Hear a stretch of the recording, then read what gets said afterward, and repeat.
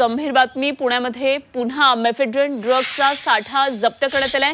नाना पेठमधून 11,40,000 रुपयांचं हे MD drugs जप्त करण्यात आलंय आणि 2 आरोपींना पुणे पोलिसांनी अटक केली आहे। आरोपींकडून ड्रग्ससह 13 लाख रुपयांचा मुद्देमालही जप्त केलाय। पुण्यामधून ड्रग्स संदर्भातली मोठी कारवाई पुढे येते। पुण्यातल्या नाना पेठेमध्ये 11,40,000 रुपयांचं मेफेड्रन ड्रग्स जप्त केलेले आहे। पुणे पोलिसांच्या गुन्हे शाखेनं ही मोठी कारवाई केलेली आहे आणि 2 आरोपींना पोलिसांनी अटक केली आहे। 11,40,000 रुपयांचं हे ड्रग्स आहे जे आरोपींकडून जप्त करण्यात आलंय।